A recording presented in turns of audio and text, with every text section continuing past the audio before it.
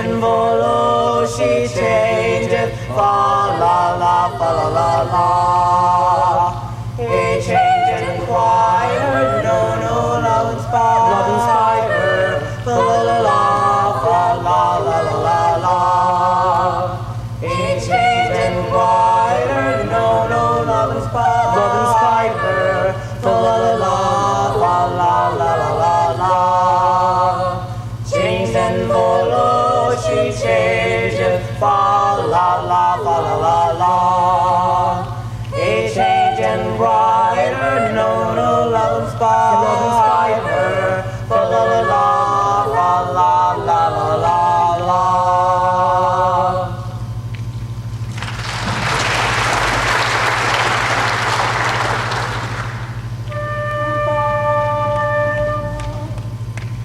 Follow me, follow me, follow me, follow me, sweet love and soul's delight.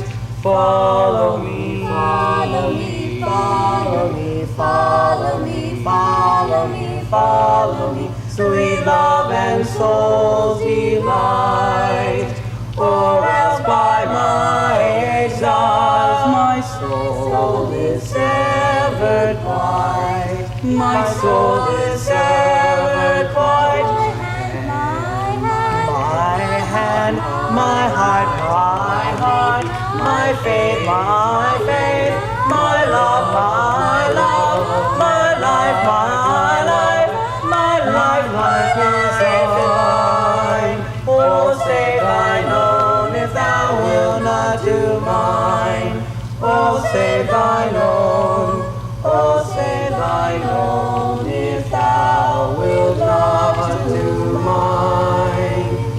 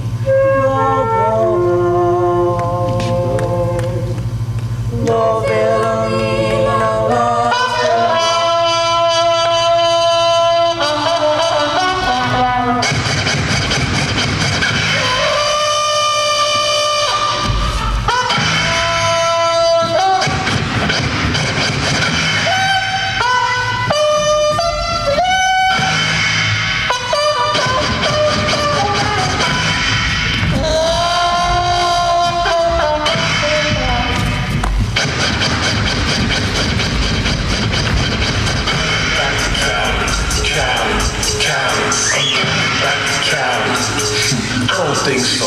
I'm back to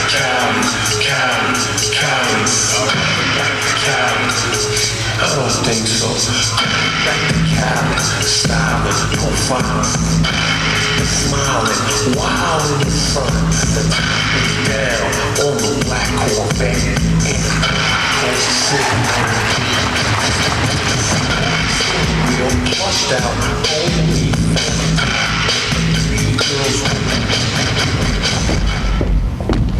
Proceed, Solonus, to procure my fall, and by the doom of death, and claws and all. Merchant of Syracusa, plead no more. I am not partial to infringe our laws. The enmity and discord which of late sprung from the rancorous outrage of your duke to merchants, our well-dealing countrymen, who wanting guilders to redeem their lives, have sealed his rigorous statutes with their bloods, excludes our pity from our threatening looks.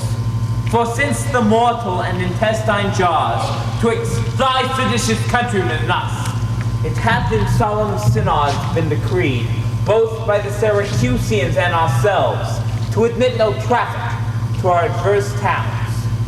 Nay more, if any born in Ephesus be seen in Syracusian mounts and fairs, again, if any Syracusian born come to the bay of Ephesus, he dies. His goods confiscate to the duke's dispose, unless 1,000 marks be levied to quit the penalty and to ransom him. Thy substance, valued at the highest rate, cannot amount unto 100 marks. Therefore, by law, thou art condemned to die. Yet this my comfort, when your words are done, my woes end likewise like the evening sun. Well, Syracusian, say in brief the cause why thou departest from thy native home, and for what cause thou camest to Ephesus. A heavier task could not have been imposed than I to speak my griefs unspeakable, yet that the world may witness that my end was wrought by nature, not by vile offense. I'll utter what my sorrow gives me leave. In Syracusa was I born, and wed unto one happy but for me, and by me had not our hap been bad. With her I lived in joy, our wealth increased by prosperous voyages, I often made to Epidamnum, till my factor's death, and the great care of goods at random left, drew me from kind embracements of my spouse, from whom my absence was not 6 months old, before herself, almost at fainting under the pleasing punishment that women bear, had made provision for her following me, and soon and safe arrived where I was. There had she not been long, but she became a joyful mother of 2 goodly sons, which was strange, the one so like the other as could not be distinguished but by names. That very hour, and in the self-same inn, a mean woman was delivered of such a burden male, twins both alike. Those, for their parents were exceeding poor, I bought and brought up to attend my sons. My wife, not meanly proud of 2 such boys, made daily motions for our home return. Unwilling, I agreed. Alas, too soon we came aboard. A league from Epidamnum had we sailed before the always window bay deep gave any tragic instance of our harm. But longer did we not retain much hope, for what obscured light the heavens did grant did but convey unto our fearful minds a doubtful warrant of immediate death, which though myself would gladly have embraced, yet the incessant weepings of my wife, weeping before for what she saw must come, and piteous plainings of the pretty babes, that mourn for fashion, ignorant what to fear, forced me to seek delays for them and me. And this it was, for other means was none. The sailors had sought for safety by our boat and left the ship, then sinking right to us. My wife, more careful for the latter born, had fastened him unto a small span mast, such as seafaring men provide for storms. To him one of the other twins was bound, whilst I was like heedful of the other. The children thus disposed, my wife and I, fixing our eyes on whom our care was fixed, fastened ourselves at either end of the mast, and floating straight, obedient to the stream, was carried towards Corinth, as we thought. At length the sun, gazing upon the earth, dispersed those vapors that offended us, and by the benefit of his wished light the seas waxed calm, and we discovered 2 ships from afar, making a main to us.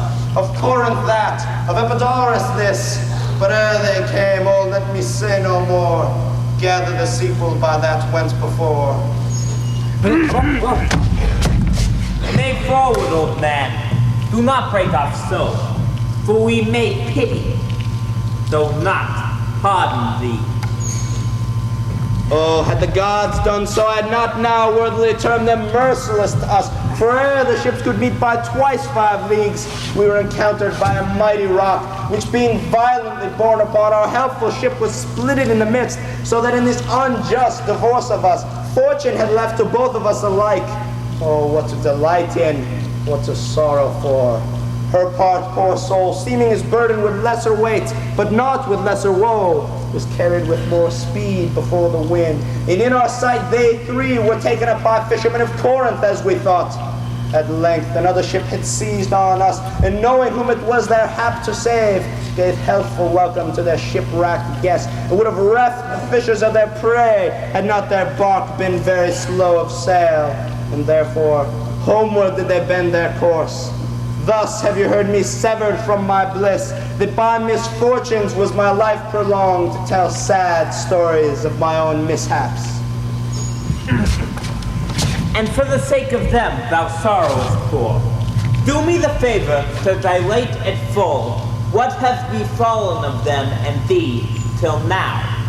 My youngest boy, and yet my eldest care, at 18 years, became inquisitive after his brother, and importuned me that his attendant, so his case was like, reft of his brother, but retained in his name, might bear him company in the quest of him.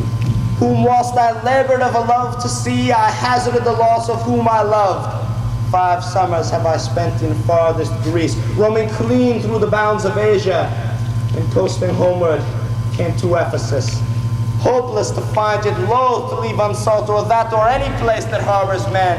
But here must end the story of my life, and happy were I in my timely death, for all my travels warrant me they live. Hapless Aegean, whom the fates have marked to bear the extremity of dire mishap, now trust me, were it not against our laws, against my crown, my oath, my dignity, which princes would they may not disannul, my heart should sue as advocate for thee. But though thou art a judge to the death, and past sentence may not be recalled, but to our honor's great disparagement, yet I will favor thee in what I can. Therefore, merchant, I'll limit thee this day to seek thy help by beneficial help. Beg thou or borrow to make up the sum and live. If no, then thou art doomed to die.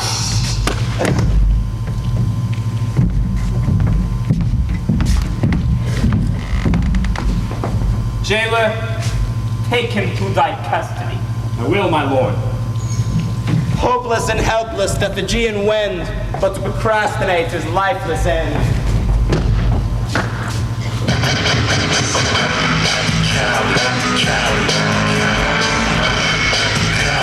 I don't think so.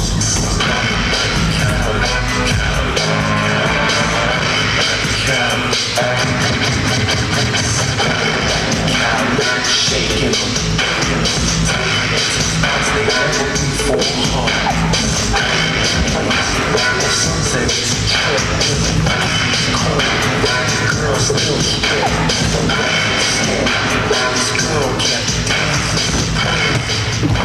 Therefore, voucher of a paternum, lest that your goods too soon be confiscated.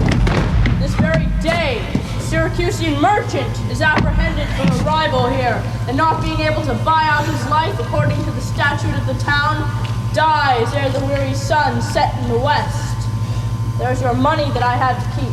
Go! Back to the center where we host, and stay there, Jimmy, until I come to thee. Within this hour will be dinner time. Till then, I'll view the manners of the town, peruse the traders, gaze upon the buildings, and then return and sleep within mine inn. For with long travel, I am stiff and weary. I'll get thee away. Many a man would take you at your word, and go indeed, having so good a mien.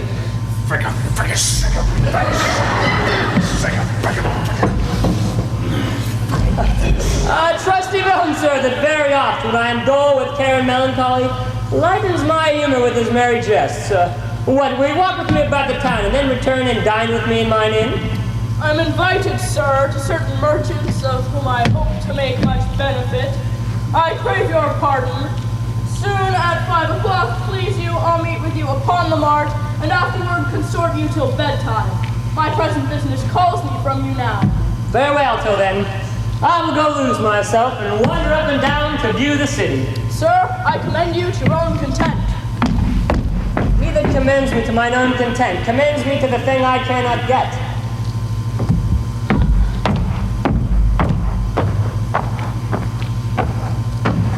I to the world am like a drop of water that in the ocean seeks another drop, who falling there to find his fellow forth, unseen, inquisitive, confounds himself.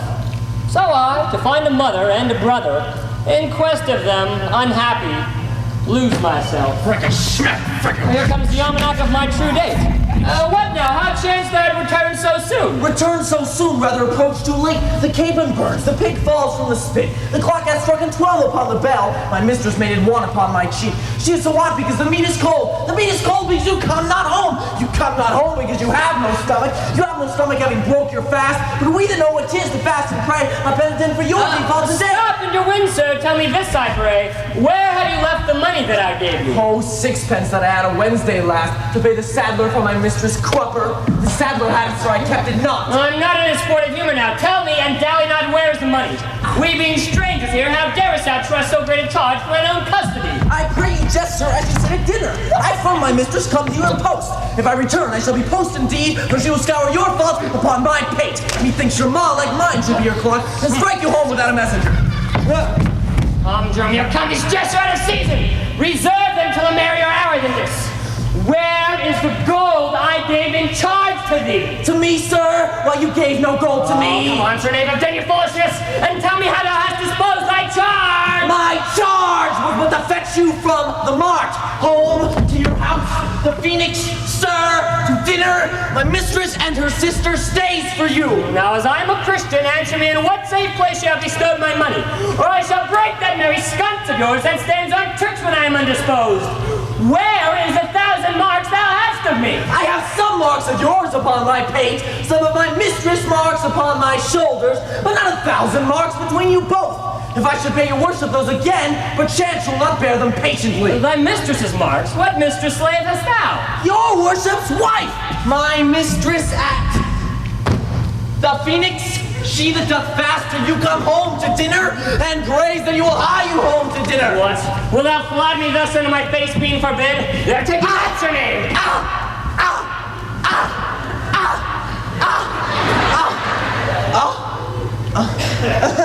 What mean you, sir? For God's sake, hold your hands. Nay, and you will not, sir. I'll take my heels.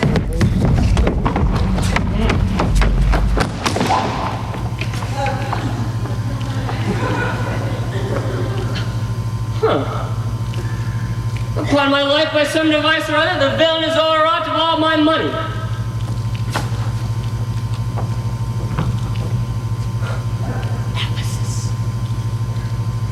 They say this town is full of cozenage, as nimble jugglers that deceive the eye, dark-looking sorcerers that change the mind, soul-killing witches that deform the body, disguise the cheaters, prating mountebanks, many such like liberties of sin.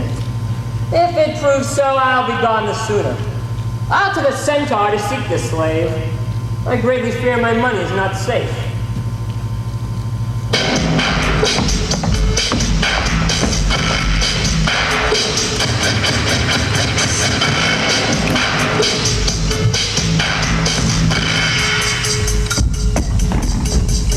Going back to Cali, rising, surprising, advising. Neither my husband nor the slave returned. That in such haste I sent to seek his master. Sure, Luciana, it is 2 o'clock. Perhaps the merchant hath invited him, and from the mart he's somewhere gone to dinner. Good sister, let us dine and never fret. Man is master of their liberties. Time is their master, and when they see time, they'll go or come. If so, be patient, sister. Why should their liberty than ours be more? Because their business still lies out of doors. Look, when I serve him so, he takes it ill. Oh no, he is the bridle of your will. There's none but asses will be bridled so. Why headstrong liberty is lashed with woe. There's nothing situate under heaven's eye but hath its bounds in earth and sea and sky. The beasts, the fishes, the winged fowls of their male subjects and at their controls. Man, the more divine, the master of all these. Gold, wide world, long watchful seas. Viewed with intellectual sense of more preeminence than the fish and fowls, the masters of their females and their lords. If so, let your will attend on their accords.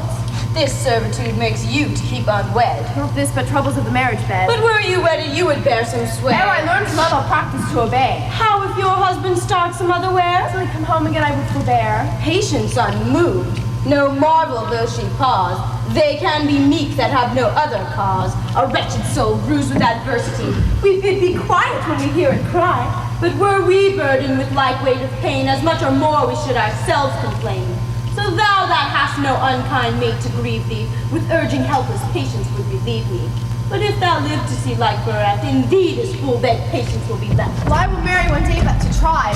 Here comes your man, now is your husband nigh. Say, is your tardy master now at hand? Nay, he's at 2 hands with me, and that my 2 ears can witness. Didst thou speak with him? Knowest thou his mind? Aye, he told his mind upon mine ear. To show his hand I scarce could understand it. Spake he so doubtfully thou couldst not understand his meaning? Nay, he struck so plainly I could too well feel his blows, and withal so doubtfully that I could scarce understand them. But say, I prithee, is he coming home? Seems he hath great care to please his wife. Why, mistress, sure my master is horn mad. Horn mad now, villain! I mean not cuckold mad, but sure he is stark mad. When I desired him to come home to dinner, he asked me for 1,000 marks in gold. 'Tis dinner time, quoth I. My gold, quoth he. Your meat will burn, quoth I. My gold, quoth he. Will you come, quoth I? My gold, quoth he. Where's the 1,000 marks I gave thee, villain? The big, quoth I, is burned. My gold, quoth he. My mistress, sir, quoth I. Hang up thy mistress, I know not thy mistress. Out on thy mistress. Who? Quoth my master. I know, quoth he. No house, no wife, no mistress. So that my errand drew into my tongue, I thank him. I bear home upon my shoulders. For in conclusion he did beat me there. Go back again, slave, and fetch thy master home. Go back again and be new being home. For God's sake, send some other messenger. Back, slave, or I will break thy pate across. And he will bless that cross with other beating. Between you I shall have a holy head. Hence, prating peasant, go back again and fetch thy master home. Am I so round with you as you with me that like a football you do spurn me thus? You spurn me hence and he will spurn me hither. If I last in the service, you must case me in leather. Fie, how impatient Lord in your face. His company must do his minions grace. Whilst I at home starve for a merry look, hath homely age the alluring beauty took from my poor cheek, then he hath wasted it. Are my discourses dull, barren my wit? If voluble and sharp discourse be marred, unkindness blunts it more than marble hard. Do their gay vestments his affections bait? That's not my fault, he's master of my state. What ruins are in me that can be found by him not ruined? That he is the ground of my defeatures, my decayed fare. A sunny look from him would soon repair.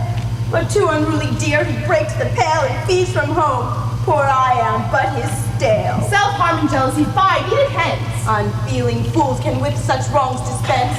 I know his eye to homage unaware. Otherwise would left it, but he would be here. Sister, you know he promised me a chain. Would that alone a toy he would detain? To keep fair quarter with his bed. I see the jewel best enamel will lose its beauty. Yet the gold bides still, that others touch and often touching will wear gold. And no man that hath a name by falsehood and corruption doth it shame. Since that my beauty cannot please his eye, I'll weep away what's left and weeping die. How many fond fools serve mad jealousy?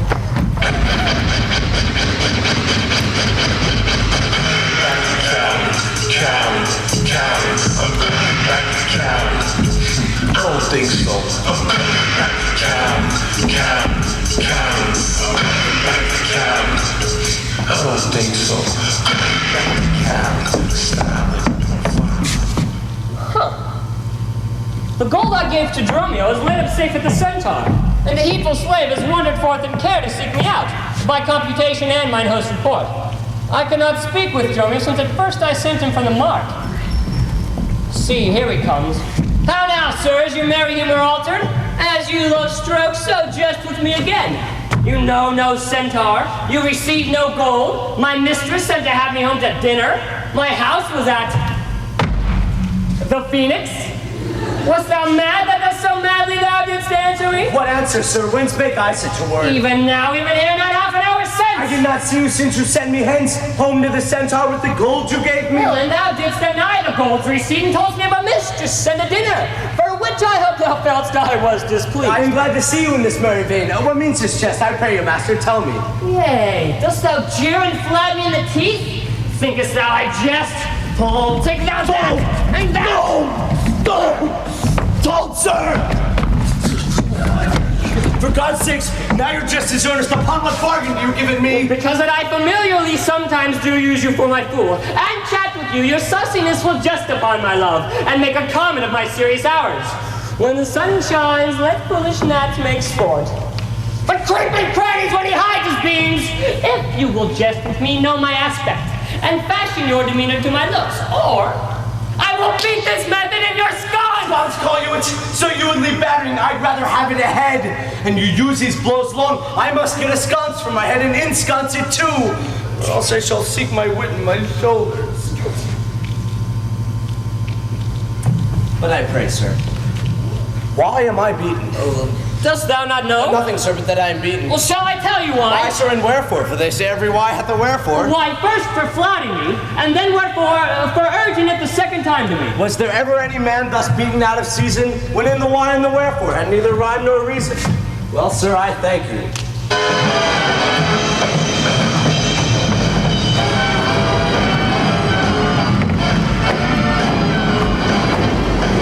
Sir, for what? Marry, sir, for this something that you gave me for nothing. I'll make you amends next to give you nothing for something. But say, sir, is it dinner time? No, sir, I think the meat wants that I have. In good time, sir. What's that? Tasting. Well, sir, then 'twill be dry. If it be, sir, I pray you eat none of it. Your reason? Lest it make you choleric and purchase me another dry basting. Well, sir, learn to jest in good time. There's a time for all things. I just have denied that before you were so choleric. By what rule, sir? Marry, sir, by a rule as plain as the plain bald pig to Father Time himself. Let's hear it. There's no time for a man to recover hair that grows bald by nature. May you do it by fine and recovery? He has to pay a fine for a periwig and recover the lost hair of another man.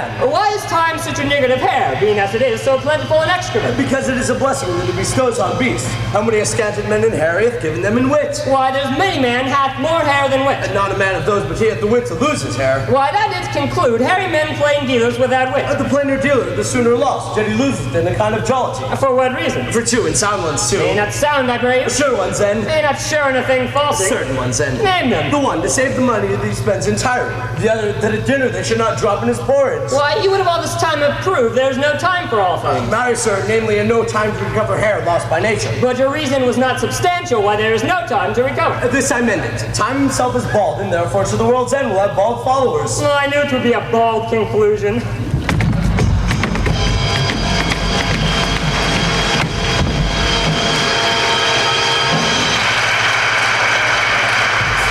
But soft! Who wafts us yonder? I, Antipas, look strange and frown.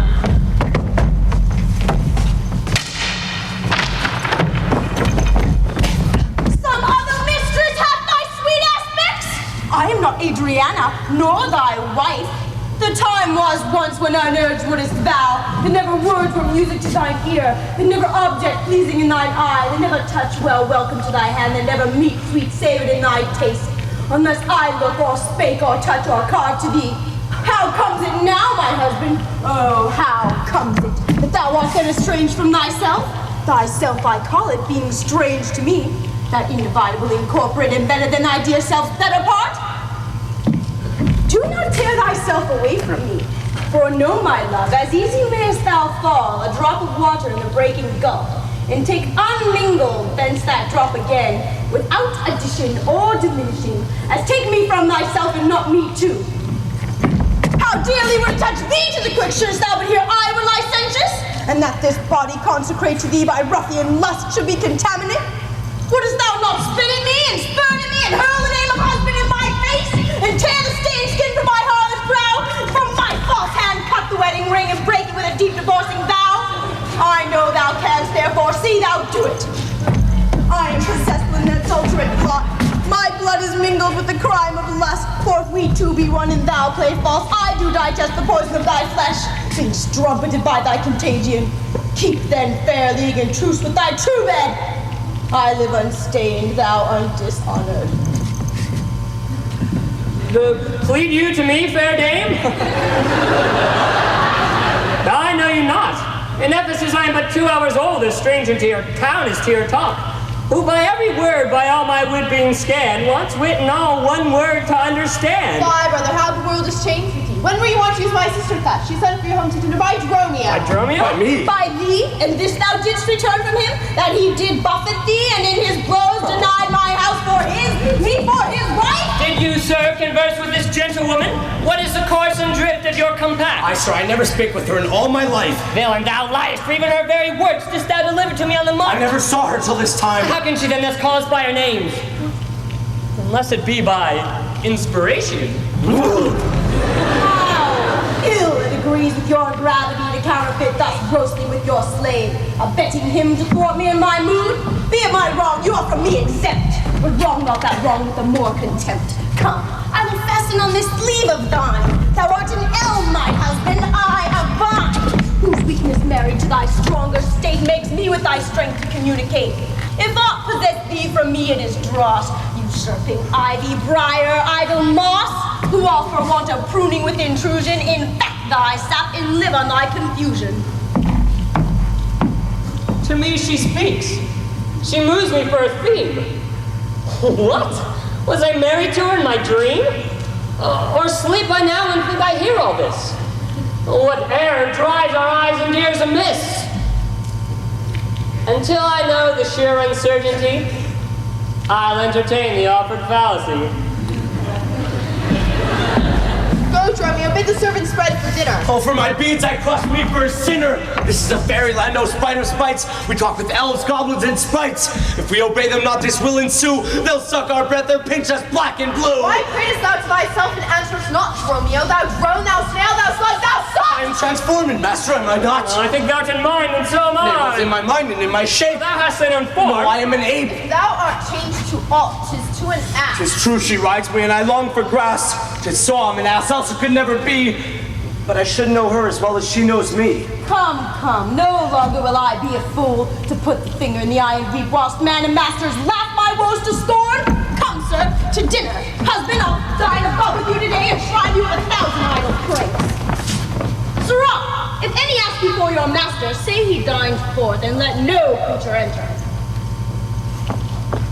Come, sister. Romeo, play the porter well.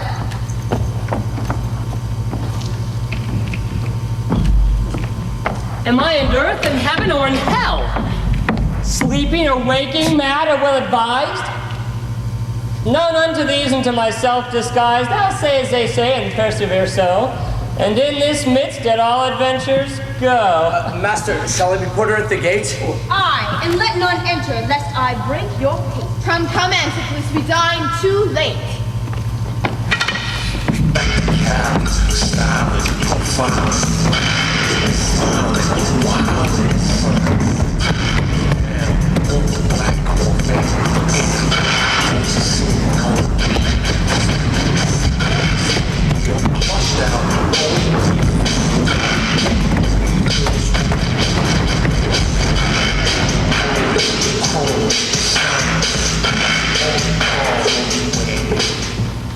Good Signor Angelo, you must excuse us all. My wife is shrewish when we keep not ours. Say that I lingered at your shop to see the making of her carcanet, and that tomorrow you will bring it home. But here's a villain that would face me down, he made me at the mark, and then I beat him and charged him with 1,000 marks in gold, and that I did deny my wife and house. Thou drunkard, thou! What didst thou mean by this? And say what you will, sir, but I know what I know. That you beat me at the mart, I have your hand to show. If the skin were parchment and the blows you gave me were ink, your own handwriting would tell you what I think you're an ass! Marry, so it doth appear, by the wrongs I suffer and the blows I bear, I should kick being kicked, and being at that pass, you would keep from my heels and beware of an ass. You're a stat, Signor Balthazar. Pray God our cheer may answer my goodwill and your good welcome here. I hold your dainties cheap, sir, and you're welcome, dear. Oh, Signor Balthazar, either it's flesh or fish, a table full of welcome makes scarce one dainty dish. Good meat, sir, is common than every churl full. And welcome more common, for that's nothing but words. Small cheer and great welcome makes a merry feast. Aye, to a niggardly host and more and more sparing guests. But though my cates be mean, take them in good part. Better cheer me you have been taught with a better heart. But soft, my door is locked. Go! Bid them let us in!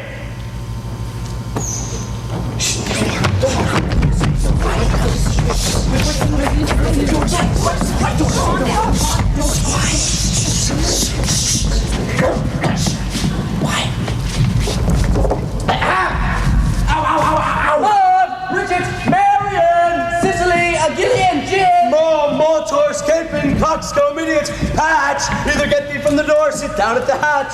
Dost thou conjure for wenches that thou callest for such store? When one is too many, go get thee from the door. What patches made our porter? My master stays in the street. Let him walk from whence he came, lest he catch cold on's feet.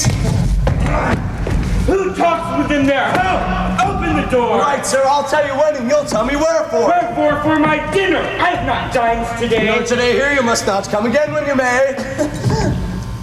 What art thou that keepest me from the house I owe? The porter for this time, sir, and my name is Dromio. Oh, villain! Thou hast stolen both mine office and my name. The one never got me credit, the other mickle blame. If thou hast been Dromio today in my place, thou wouldst have changed thy office for a name, or thy name for an ass. What quarrel is there, Dromio? Who are those at the gate? Let my master in, loose. Wait, no, he comes too late. So tell your master. Oh, Lord, I must laugh. Haven't you with a proverb? Shall I send in my staff? How about you with another? That's wit. Can you tell? If thy name be called Loose, thou hast answered him well. Ow, ow, ow! Here you begin! You'll let us in, I trow! To a master. And you said no. So come help, well struck. There was blow for blow. Thou beggars, let me in! Tell for whose sake. Master, knock the door hard. Let him knock to an eight.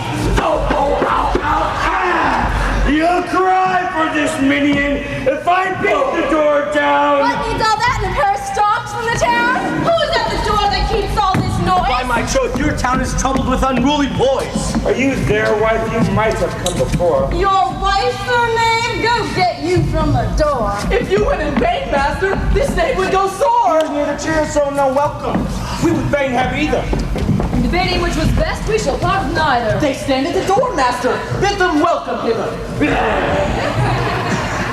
There is something in the wind that we cannot get in. You would say so, master, if your garments were thin. Your cake here is warm within. You stand here in the cold. It would make a man mad as a buck to be so bought and sold. Go, fetch me something, I'll break open the gate. Break any breaking here, and I'll break your knave's pates. A man may break a word with you, sir, in words of a wind. I am break it in your face, so we break it not behind. It seems thou wants breaking out upon the hind. It's too much out upon thee. I pray thee let me in. Aye, when fowls have no feather and fish have no fin. Well, I'll break in. Go, borrow me a crow. A crow without a feather, master, mean you so? For a fish without a fin, there's a fowl without a feather. If a crow help us in, sirrah, we'll pluck a crow together. Get thee gone! Fetch me an iron crow!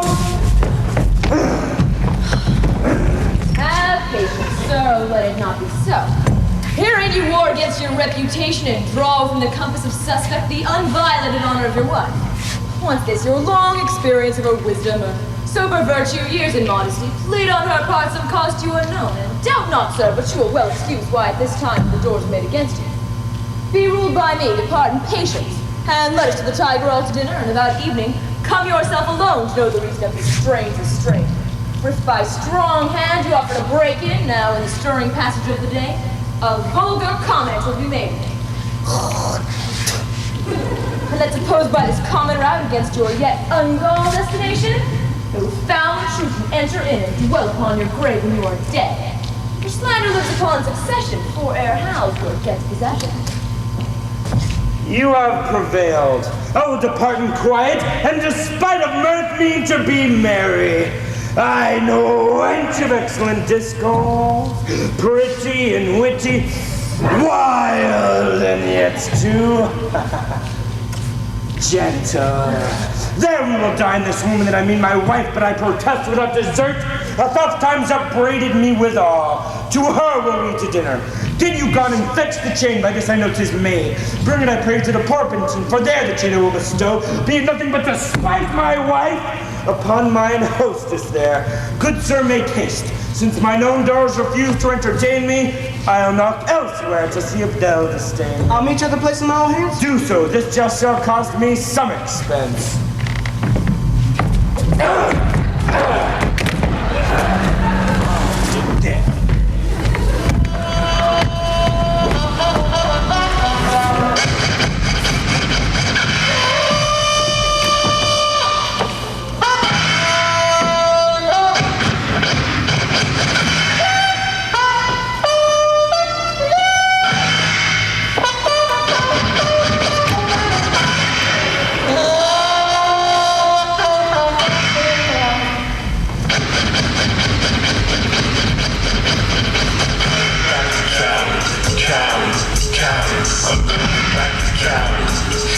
don't think so. I'm coming back to town. And may it be that you have quite forgot a husband's office? Shall Antipholus, even in the spring of love, thy love springs wrought? Shall love in building grow so ruinous? If you did wed my sister for her wealth and for her well's sake with more kindness, or if you like elsewhere do it by stealth, muffle your false love with some show of blindness. Let not my sister read it in your eye. Be not thy tongue thy own shame's orator. Look sweet, speak fair, become disloyalty. A pair of eyes like virtue's harbinger. Bear fair present till your heart be tainted. Teach sin the carriage of a holy saint. Be secret false, what need you be acquainted? What simple thief brags of his own attaint? 'Tis double wrong to treat in your bed and let my sister read it and he looks at board. Shame hath a bastard fame, well managed, ill deeds is doubled with an evil word. Alas, poor women, make us but believe being compact of credit that you love us. Though others have the arm, show us the sleeve. We in your motion turn and you may move us. Then, gentle brother, get to you again. Comfort my sister, cheer her, call her wife. 'Tis holy sport to be a little vain when the sweet breath of flattery conquers strife. Sweet mistress, what your name is else I know not, nor by what wonder you do hit of mine. Less in your knowledge and your grace you show not our earth's wonder more than earth divine. Oh, teach me, dear creature, how to think and speak. Lay open to my earthy gross conceit, smothered in errors, feeble, shallow, weak, the folded meaning of your words' deceit. Against my soul's pure truth, why labor you to make it wander in an unknown field? Oh, are you a god? Would you create me new? Transform me then, into your power I'll yield. But if that I am I, then well I know your weeping sister is no wife of mine. Nor none to her homage do I. Homage bed. Bed?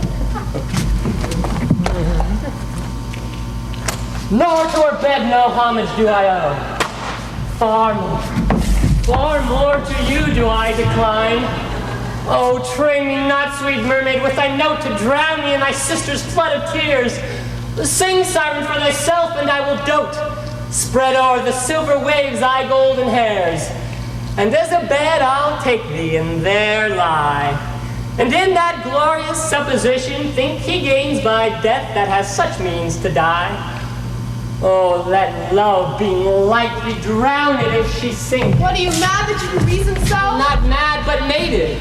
How, I do not know. It's a fault that springeth from your eye. For gazing on your beams, fair sun, beam by. Gaze where you should, and that will clear your sight. As good to wink, sweet love, as look on night. Do I call you me love? Call my sister so. My sister. That's my sister. No, it is thyself, mine own self's better part. My eyes, clear eye, my dear heart. My food, my fortune, and my sweet hope's aim. My soul, earth's heaven, and my heaven's claim. All this my sister is, or else should be. Call thy sister's swell self sweet, for I am thee. Thee I will love, and with thee lead my life. Thou hast no husband yet, nor I no wife. Oh, give me thy hand. Oh, soft sir, hold you still. I'll fetch my sister to get her goodwill.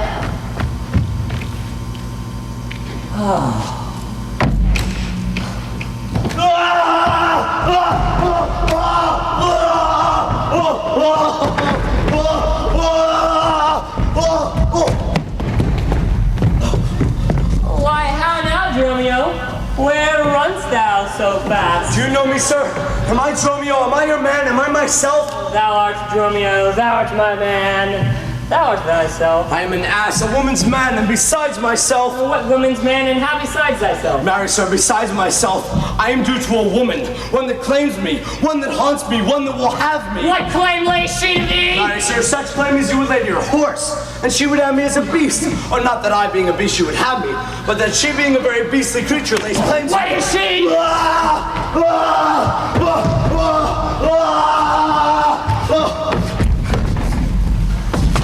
A very reverend body, why such as one may not think of without he say, Sir Reverence. I am but lean luck in the match, and yet she is a wondrous fat marriage. How dost thou mean a fat marriage? Marry, sir, she is the kitchen wench. and all Greece. And I know not what use to put her to, but to make a lamp of her and run from her by her own light. I warrant her rags, and the talon will burn a pole in winter. If she lives till doomsday, she'll burn a week longer than the whole world. So what complexion is she of? Swart, like my shoe, but her face nothing like so clean kept. For why? She sweats. A man may go over shoes in the grime of it. Well, that's the fault of water, woman. No, sir, it isn't grain. Noah's flood could not do it. Well, what's her name? Well, sir, but her name in 3/4, that's an L, and 3/4 will not measure her from hip to hip. Well, then she bears some bread. No longer from head to foot than from hip to hip. She is spherical, like a globe. I could find out countries in her.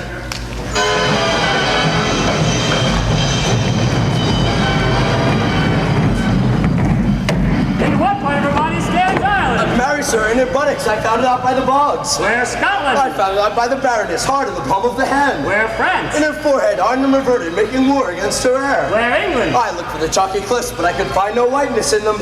But I guess it stood in her chin by the salt room that ran between France and it. Where Spain? Oh, faith, I saw it not, but I felt it hot in her breath. Where stood America, the Indies? No, sir, upon her nose, all o'er embellished with rubies, carbuncles, sapphires, declining their rich aspect to the hot breath of Spain, who sent whole armadas of carrots to be ballast at her nose. Where stood Belgium, the Netherlands? Oh, sir, I did not look so low.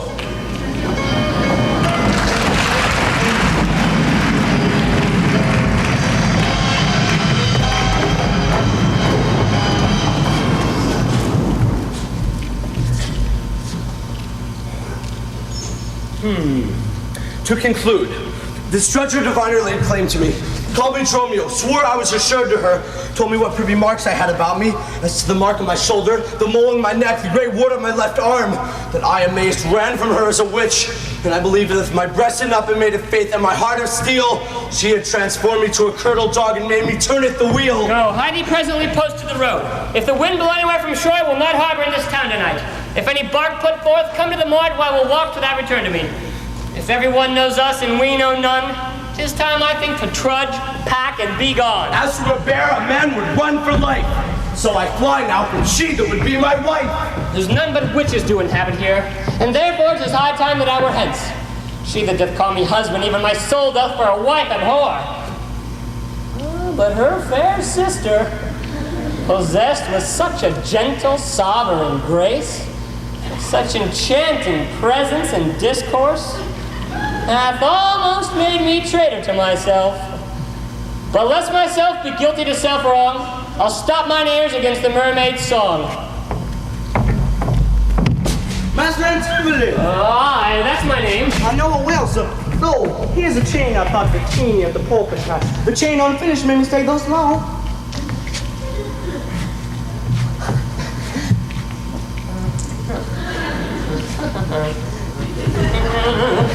Take it! What is your will that I shall do with it? Please yourselves, I've made it for you. You made it for me, sir. I bespoke it not. Not once, not twice, but 20 times you have. Go home with it, and please your wife withal. And soon, at supper time, I'll visit you. Never see the money for my chain. Oh, receive the money now, for fear you'll never see the chain nor money more. You are a merry man, sir. Fare you will.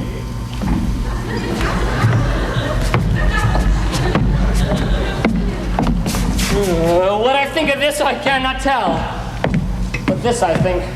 There's no man is so vain though to refuse so fair an offer chain. I see a man here not need live by shifts, when in the streets he meets such golden gifts. I'll to the mart and there for Dromio stay. If any ship put out, then straight away.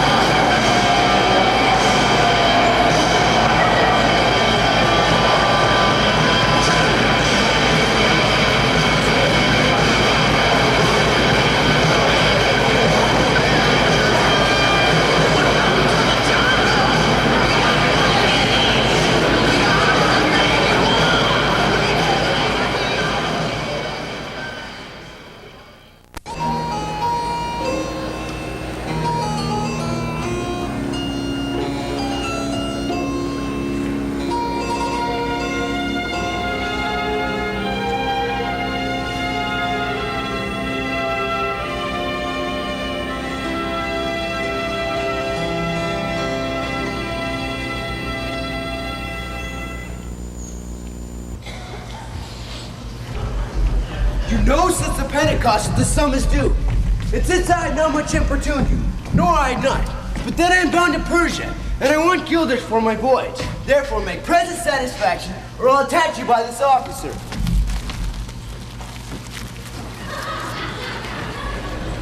Even just as some I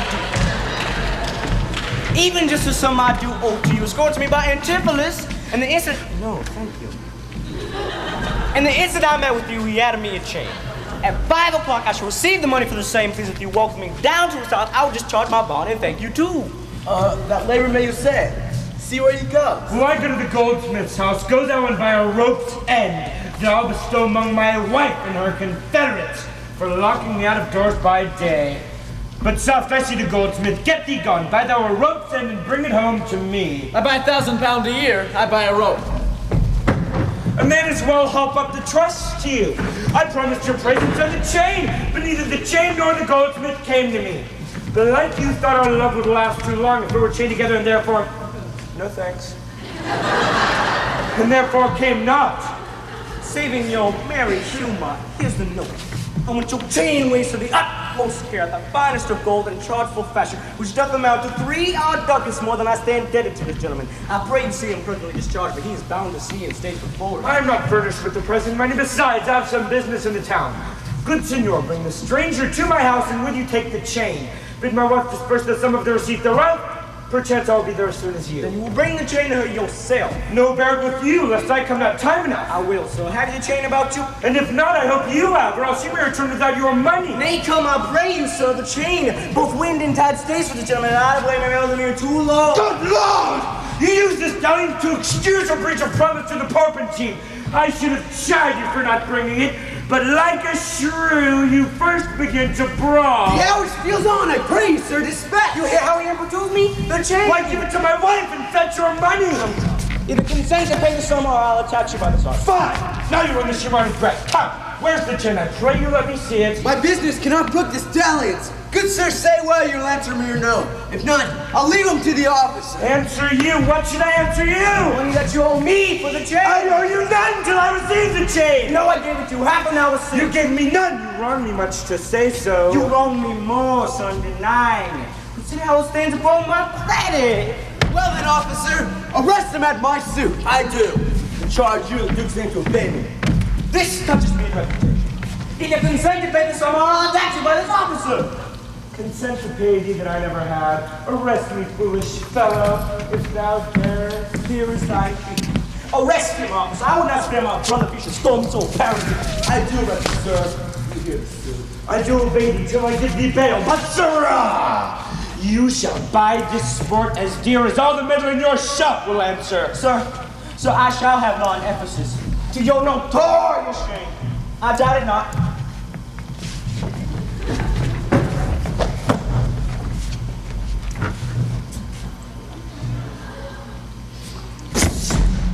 Master, there is a bark of Epidamnum that says Matilda Honor comes aboard, and then she bears away. Our founded tribe conveyed aboard, and I have bought the oil, the balsamum, and the aquavitae. The ship is in her trim. The merry wind blows fair from land. They stay for naught at all, but for their owner, master, and yourself. Oh no, madman! Why, thou peevish sheep! What ship of Epidamnum stays for me? Ship you sent me to hire waftage.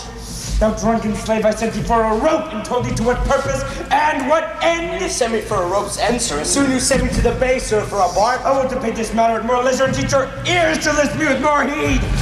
To Adriana, go and hide thee strict. Give her this key. Stop! Give her this key. Tell her that in the desk that's covered over with Turkish tapestry, there's a...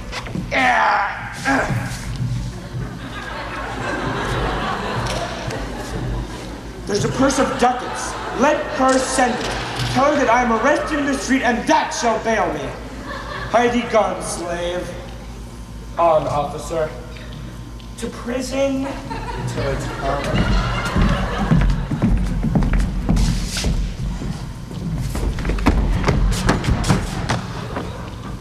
Oh, I thank you. To Adriana's. That is where we died. Well, Dulcibel did claim me for her husband. She is too big, I hope, for me to compass. But thither I must, although against my will. For servants must their masters' minds fulfill. We'll flush down only three girls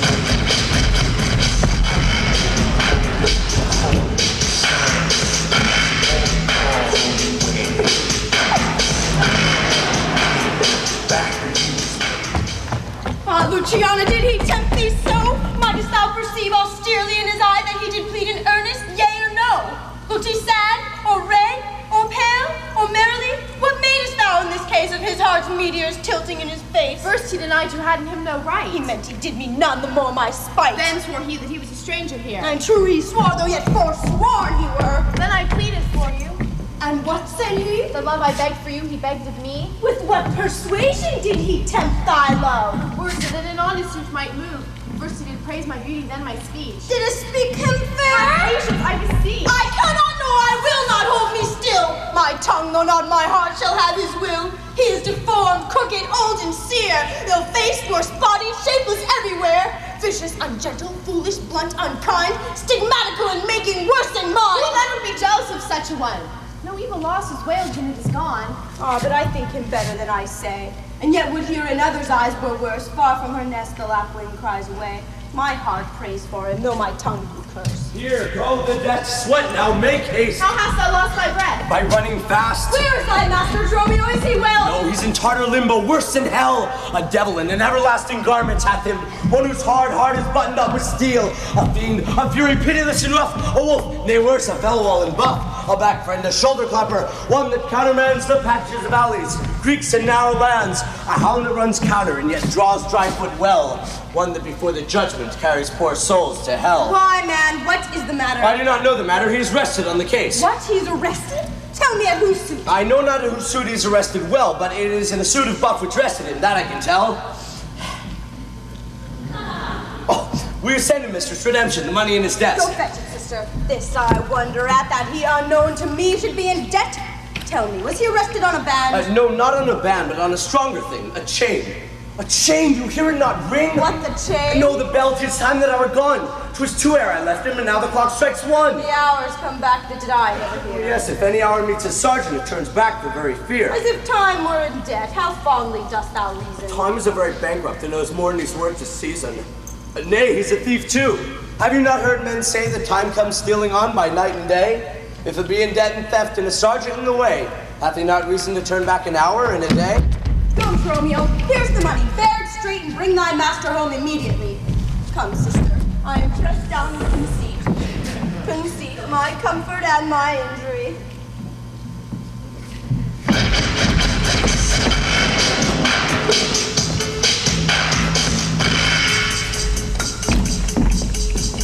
Going back to Cali, rising, surprising, advising, realizing, she's sizing me up. Her bikini small, he tall. She said she liked. There's not a man I meet but does salute me as if I were their well-acquainted friend, and everyone doth call me by my name. Some tender money to me, some invite me, some other thank me for kindnesses, some offer me commodities to buy.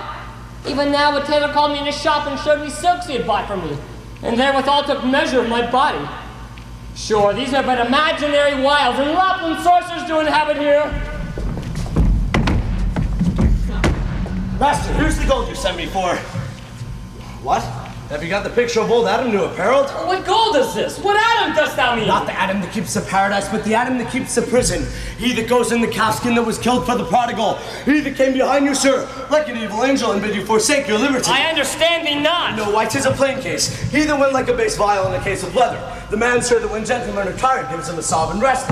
He, sir, that takes pity on decayed men and gives them suits of durance. He that sets up to do more exploits with his mace than a Morris Well, pipe. what thou meanst an officer? I, sir, the sergeant of the band.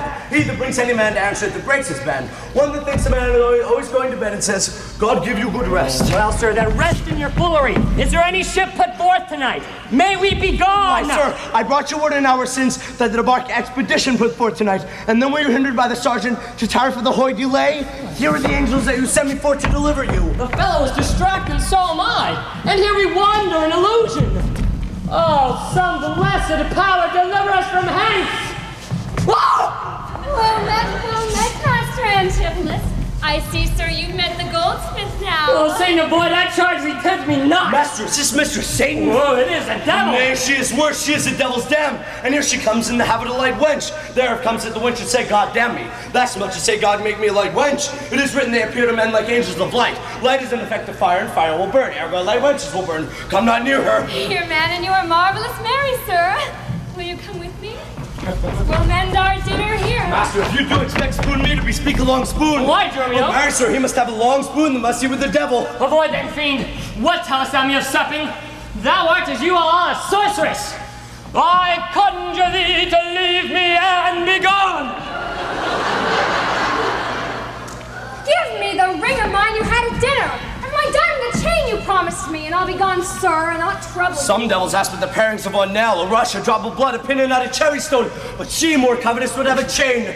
Oh, master, be wise, and if you give it her, the devil will shake her chain and fright us with it. I pray you, sir, the ring or else the chain. I hope you not mean to cheat me so. Oh, want that witch? Come, Jeremy, let's go! Fly, pride, said the peacock mistress, that you know. Now, out of doubt, Antipholus is mad. Else would he never so demean himself. A ring he hath of mine worth 40 ducats, and for the same he promised me a chain. Both one and the other he denies me now. The reason that I gather he is mad, besides this present instance of his rage, the mad tale he told today at dinner of his own doors being locked against his entrance. Be like his wife, acquainted with his fits, on purpose shut the doors against his way.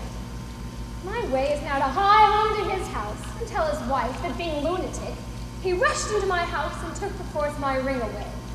This course I fittest choose, for 40 ducats is too much to lose.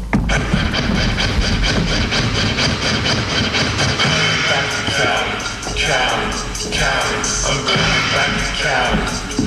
I don't think so. I'm going back to Cali. I'm going back to Cali. I don't think so. I'm going back to Cali. Styling, profiling, smiling, wild in the sun. The time is down. Fear me not, man. I will not break away.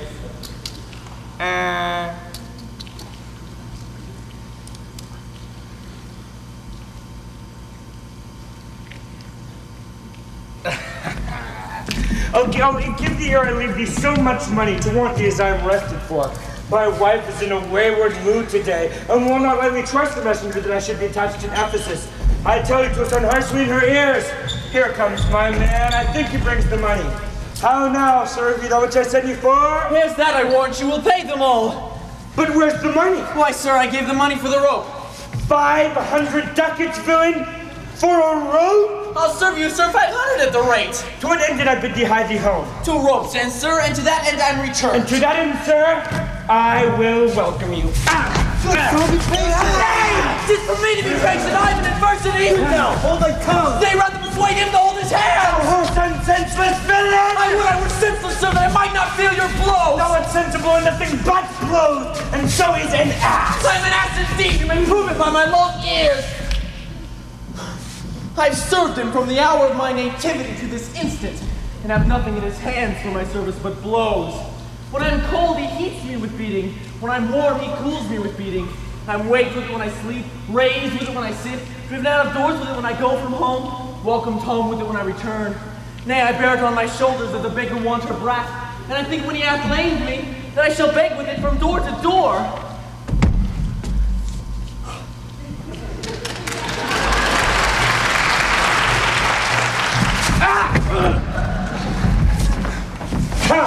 Go along! My wife is coming yonder. Mistress, rest, be sphenum, respect your end, or rather to prophecy like the parrot, beware the rope's end. Wilt thou still talk? Say it,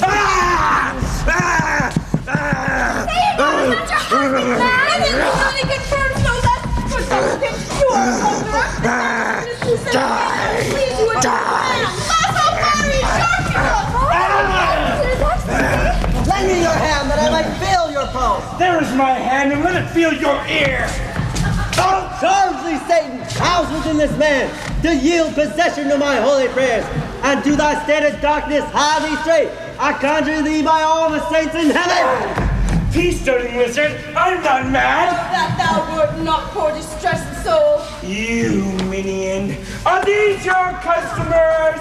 Did this companion with the saffron face revel and feast at my house today, whilst upon me the guilty doors were shut, and I denied entrance into my house? Oh, husband, God doth know today you dined at home. Where would you have remained until this time, free from this slanders and this open shame? Dined at home, thou villain! What sayest thou? Sir, sooth to say, you did not dine at home. Were not my doors locked up and I shut out? Fair your doors were locked and you shut out. And did she not herself revile me there? Said's fable, she herself reviled you there. And did not her kitchen maid rail, taunt, and scorn me? Said she did, the kitchen vessel scorned you. And did I not in rage depart from thence? In verity you did. My bones bears witness.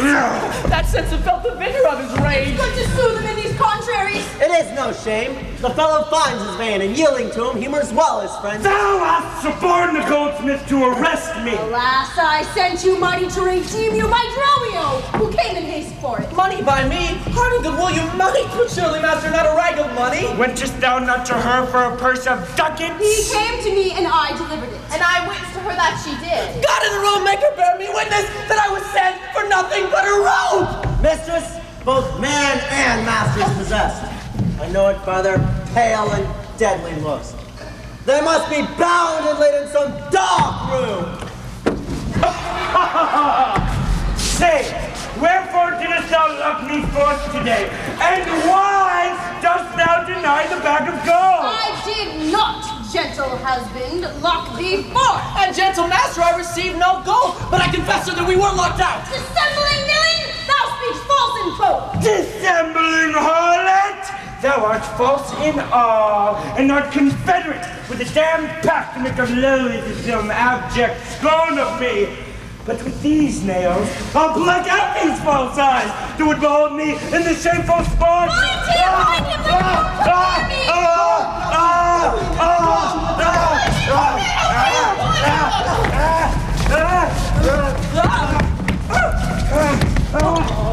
What? Wilt thou murder me? Thou jailer, am I not thy prisoner? Wilt thou suffer them to make a rescue? Masters, let him go! He's a prisoner. Should not have it. Go on this man, for he is friendly too. What wilt thou do, thou peevish officer? Hast thou delight to see a wretched man do outrageous pleasure to himself? He's my prisoner. But let him go to debt he owes be acquired of me. I will discharge the heir I go from thee. Bear me forthwith into his creditor, knowing how the debt grows, I will pay it. Good master doctor, see him safe conveyed to my house. Oh, most unhappy day! Oh, most unhappy strumpet! Master, I'm here entering this bond for you. Out of you, villain! Wherefore dost thou mad me? Will you be bound for nothing? Be mad, good master! Where the devil? God help poor souls, how I did shake off! So there. Sister, go you with me. Now, jailer, whose suit is he arrested at? One Angela, a goldsmith. Do you know him? I know the man. What is the sum he owes? 200 ducats. Say, how grows it due? Due for a chain your husband had of him. He did bespeak of a chain, but had it not. When is your husband, all enraged today, came to my house and took away my ring? The ring I saw upon his finger now. Straight after did I see him with a chain. It may be so, but I did never see it. Come, jailer, show me where the goldsmith is. I long to know the truth beyond that arm. Hey, once again! Come with naked swords! Let's go for more help and have them bound again! Away! Don't kill us!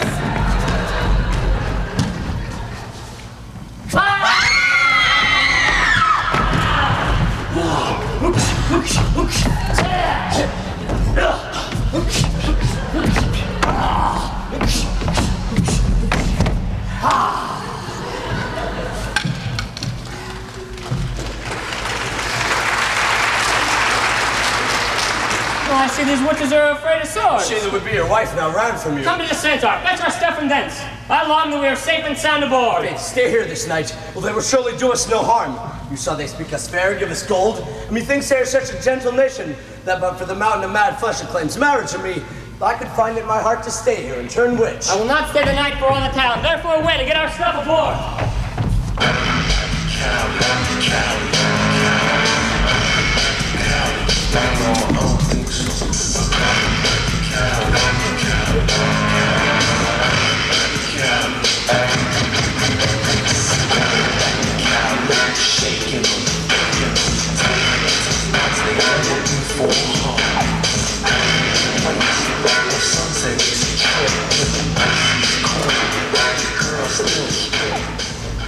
I am sorry, sir, that I've hindered you, but I protest he had the chain of me. Almost the song he doth deny it.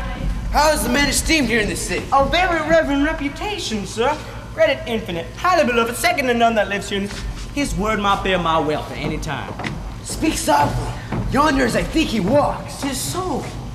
And the self-chained about his knuckle chief swore most monstrously to hell. Good sir, draw near to me. I'll speak to him. Master Antipholus, I wonder much that you would put me through the shame and trouble, but no without some scandal to yourself. With circumstance enough to deny this chain which now you wear so openly, beside the charge, the shame imprisonment. You have done wrong to this my honest friend who was staying upon our controversy, and was sincerely put to see today. This chain you had of me, can you deny? I think I had it, I never did deny. That you did, sir, and forswore it. Who heard me to deny it or to forswear it? These ears of mine now know it did hear thee. Fie on thee, wretch! 'Tis pity that thou livest to walk where any honest men resort. Oh, that's a better to impeach me thus. I'll prove mine honor and my honesty against thee presently, if thou darest stand. I dare and do defy thee for a villain. Oh, well. Pardon not! For God's sake, he is mad! Something was going to take his sword away! Find Romeo to advance to my house! Run, master, run!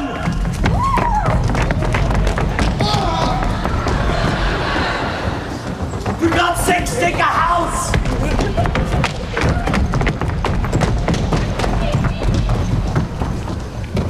This is some fiery, and we are spoiled! Be quiet, people! Wherefore brought you hither? To fetch my lord so we may bind him fast and bear him home for his recovery. I knew he was not in his perfect wits. I am sorry now that I did wrong.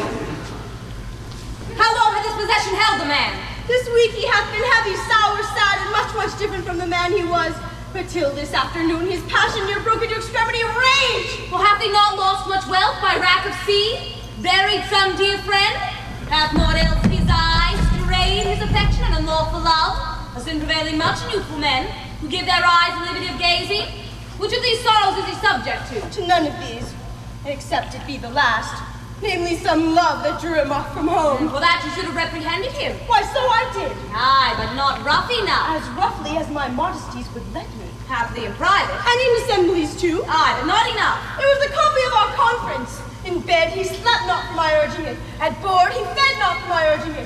Alone, it was the subject of my theme. In company, I often glanced at it. Still did I tell him it was vile and bad. And thereof comes it that the man is mad. The venom clamors of a jealous woman poisons more deadly than a mad dog's tooth. It seems his sleeps were hindered by thy railing, and thereof comes it that his head is light. Thou sayest his meats were sauced with thy upbraidings. Unquiet meals make ill digestions, and thereof the raging fire of fever bred. And what's a fever but a fit of madness? It seems his sports were hindered by thy brawls. Sweet recreation, God! What doth ensue but moody melancholy? Kinsmen to grim and comfortless despair. And at your heels, a huge infectious troop of pale distemperatures and foes to life. In food, in sport, and life-preserving rest to be disturbed. Would man, oh beast! The consequence is then, thy jealous fits have scarred thy husband from use of wit. She never reprehended him, but mildly when he demeaned himself roughly and wildly. I bear with these rebukes and answer not. She did betray me to my own reproof. Good people, enter, lay hold on him. No! Not a creature enters in my house. Then let your servants bring my husband forth. Neither. He took this place for sanctuary, and it shall privilege him from your hands, so I brought him to his wits again. I'll lose my labor in assaying it. I will attend my husband, be his nurse, die at his sickness, for it is my office, and I will have no attorney but myself. Therefore, bring my husband forth. Be patient, for I will not let him stir till I have used the approved means I have, with wholesome syrups, drugs, and holy prayers, to make him a formal man again. It is a branch and parcel of mine oath, a charitable duty of my order. Therefore, depart and leave him here with me. I will not depart and leave him hence. And ill it doth beseem your holiness to separate the husband and wife. Be quiet and depart. Thou shalt not have him. Complain unto the Duke of this indignity. Come, go, I will fall prostrate at his feet and not rise until my tears and prayers have won his grace to come in person and take perforce my husband from the abbess. By this, I think the day appointed by. Anon, I'm sure the Duke himself in person comes this way, to the melancholy vale, the place of death, and sorry execution behind the ditches of the abbey here. Upon what cause? To see a reverend Syracusan merchant, who put unluckily into this bag against the laws and statutes of this town, beheaded publicly for his offense. See where they come? We will behold his death! We will shoot before I pass the abbey. Yet once again proclaim it publicly. If any friend shall pay the sum for him, he shall not die. So much we tender him. Justice, most sacred Duke, against the abbess. She is a virtuous and a reverend lady. It cannot be that she hath done thee wrong. May it please your grace, Antipholus, my husband, who made lord of me and all I had of your important letters. This ill day a most outrageous fit of madness took him, that desperately he hurried through the streets, with him his bondman, all as mad as he, doing displeasure to citizens, bearing thence rings, jewels, and anything his rage did like. Once I did get him bound and sent home, whilst to take order for the wrongs that here and there his fury had committed. Anon, I wot not by what strong escape he broke from those that had guard of him, and with his mad attendant and himself each one with ireful passion and with drawn swords, madly bent on us, chased us away, till raising a foray we came again to bind them. Then they fled into this abbey, whither we pursued them, and here the abbess shuts the gates on us, and will not suffer us to fetch him out, nor send him forth that we may bear him hence. Therefore, most gracious Duke, with thy command, let my husband be brought forth and borne hence for hell. Long since thy husband served me in my wars, and I to thee engaged a prince's word, when thou didst make him master of thy bed, to do him all the grace and good I could. Go, some of you! Knock at the abbey gate and bid the lady abbess come to me. I will determine this before I stir. Mistress, shift and save yourself! My master and his man are both broke loose, beaten the maids around, and found the doctor, whose beard they have singed off with brands of fire, and ever as it burned, they threw on him great pails of puddled mire to quench the hair. My master preaches patience to him, and the while his man with scissors makes him like a fool, and Sharon lets possess the present help. Between them, they will kill the conjurer. Peace, fool! Thy man and his master are here, and that is false that dost report to us. Mistress, upon my life, I tell you true. I have not breathed almost since I did see it. He cries for you. And perhaps if he can take you, to scorch your face and to disfigure you. No! Hark, I hear it, mistress. Fly, be gone! Come, stand by me. Fear nothing. God with halberds. It is my husband! Witness you that he is born about invisible! Even now we house him in the abbey here, and now he's there! Hast thought of human reason! Come on,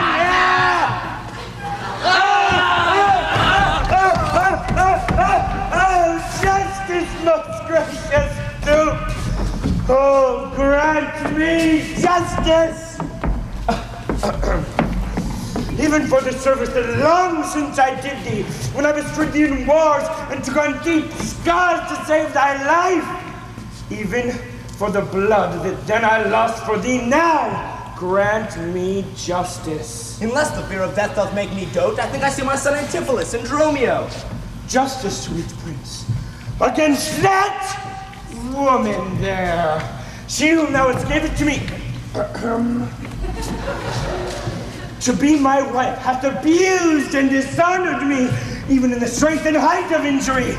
Beyond imagination is the wrong that she this day hath shameless thrown on me. Discover how, and thou shalt find me just. This day, great Duke, She shut the doors upon me while she, with harlots, feasted in my house. A grievous fault. Say, woman, didst thou so? No, my good lord. Today he, myself, and my sister did dine together. So before my soul, as this is false, he burdens me with all. May I look on day nor sleep on night, but she tells your highness simple truth. Oh, peasant woman! They are both forsworn, and that madman justly chargeth them. My liege, I'm advised at what I say, neither disturbed with the effect of wine, nor had he wrath provoked. I'm trying to speak here. Provoked with raging ire. I obeyed my wrongs might make the wiser mad. This woman locked me forth this day from dinner. That goldsmith there, were I not packed with her, could witness it, for he was with me then, who parted with me to fetch a chain, promising to bring it to the Porpentine, where Balthazar and I did dine together. Our dinner done, and he not coming thither, I went to seek him, and in his company I met that gentleman. There did this perjured goldsmith swear me down that this day I received a chain, which God he knows I saw not, for the which he did arrest me by an officer. Hello. I did obey and sent my peasant home for a certain number of odd ducats. He with none returned, I fairly bespoke the officer to go in person with me to my house. By the way, we met my wife, her sister, and a rebel more of vile confederates.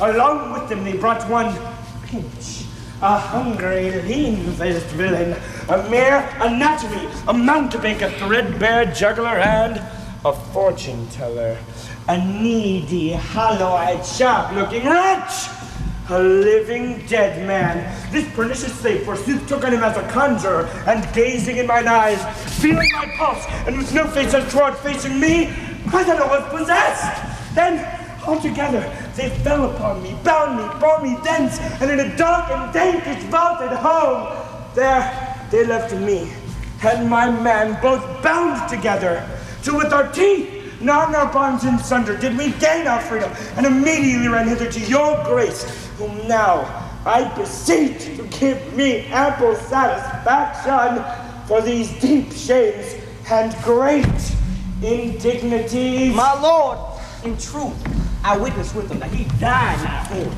but was not bound. But had he such a chain of thee, or no? That he did, my lord, and when he ran in here, these people saw the chain about his neck. Besides, I'll be sworn, these ears of mine heard you confess that you had the chain in you, after you first forced the word on the mark. Thereupon I drew my sword upon you. Then you fled into the abbey here, from whence I think you were come by miracle. I never came within these abbey walls, nor ever didst thou draw thy sword on me. I never saw the chain, so help me heaven. And this is false. You burden me with all. Why, what an intricate impeach is this? I think you all have drunk of Circe's cup. If here you housed him, here he would have been. If he were mad, he would not plead so coldly. You say he dined at home. The goldsmith here denies that saying. Sirrah, what say you? Sir, he dined with her, there at the Porpentine. He did. And from my finger to that ring. 'Tis true, my liege, this ring I have of her. Dost thou him enter at the abbey here? Assure my liege, I do see your grace. Why, this is strange. Go! Call the abbot. I think you are all mated, or stark mad. Most mighty Duke, vouchsafe me speak a word. Haply I see a friend will save my life and pay the sum that may deliver me. Speak freely, Syracusian, what thou wilt. Is not your name, sir, called Antipholus, and is that not your bondman Dromio? Within this hour I was his bondman, sir, but he, I thank him, not into my courts. Now I am Dromio and his man unbound. Why look you strange on me? You know me well. Ourselves we do remember, sir, by you, for lately we were bound as you are now. You are not Pinch's patient, are you, sir? Oh, grief hath changed me since you saw me last, and careful hours with time's deformed hand have written strange features in my face. But tell me, yet dost thou not know my voice? Neither. Dromio nor thou? No, trust me, sir, nor I. I'm sure thou dost. Aye, and I am sure I do not. And whatsoever a man denies, you are bound to believe him. Not know my voice? Oh, time's extremity hast thou so cracked and splitted my poor tongue in 7 short years, that here my only son knows not my feeble key of untuned cares, though now this grained face of mine be hid in sap-consuming winter's drizzled snow, and all the conduits of my blood froze up. Yet hath my night of life some memory, my wasting lamp some fading glimmer left, my dull deaf ears a little used to hear? All these old witnesses I cannot dare. Tell me thou art my son Antipholus. I never saw my father in my life. But 7 years since in Syracuse, boy, thou knowest we parted. But perhaps, my son, thou shamest to acknowledge me in misery. The Duke and all that know me in the city can witness with me that it is not so. I never saw Syracuse in my life. I'll tell you, Syracusian. For 20 years have I been patron to Antipholus, and in this time he ne'er saw Syracusa. I see thy ancient dangers make thee dope. Most mighty Duke, behold a man much wrong.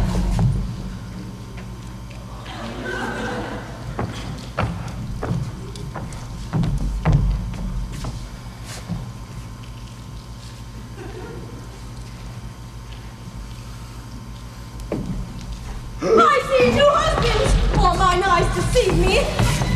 One of these men is genius to the other, and so of these, which the natural man, and which the spirit?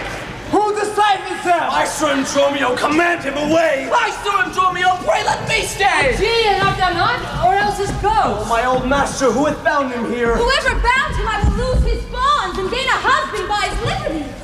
Speak, O the Gene, if thou beest the same man who hadst a wife once called Amelia, who bore to burden 2 fair sons.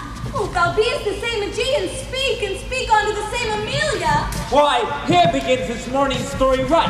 These 2 Antipholuses, these 2 so like, and these 2 Dromios, one in semblance, besides her urging of a rack at sea, these are the parents to these children which accidentally are met together. If I dream not, thou art Amelia. If thou art she, tell me, where is the son that floated with thee on that fatal raft? By men of the Bedamnum, he and I and the twin Dromio all were taken up.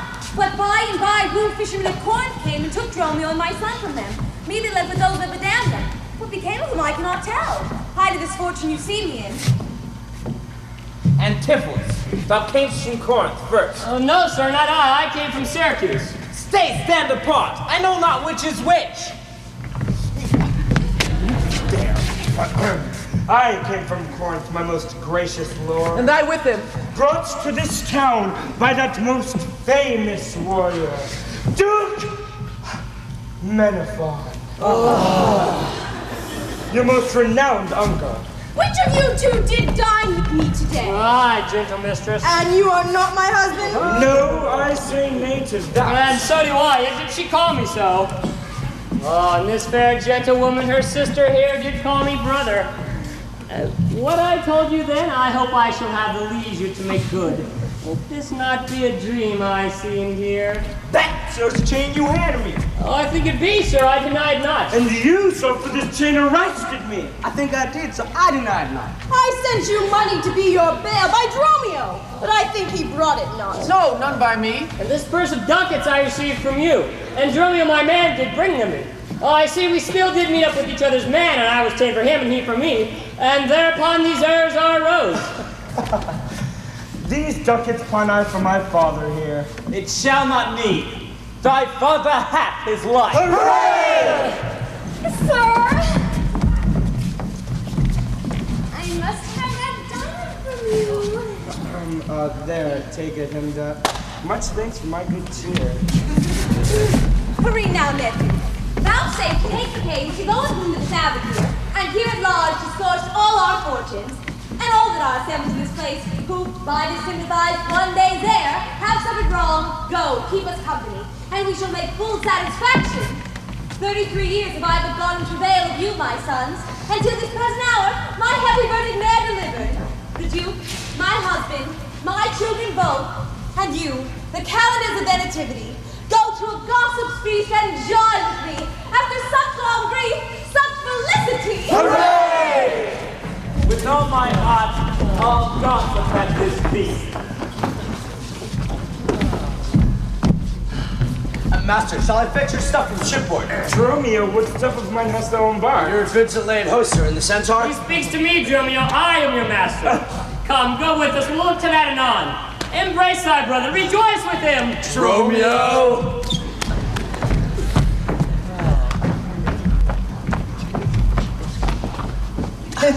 There's a fat friend at your master's house that kitchened me for you today at dinner. She now shall be my sister, not my wife. Methinks you're on my glass and not my brother. I see by you I'm a sweet-faced youth. Will you walk to see their gossiping? Not I, sir, you, my elder. That's a question. How shall we try it? We'll draw cuts for the senior. Till then, lead thou first. Nay then, thus, we came into the world like brother and brother. And now let's go hand in hand, not one before another.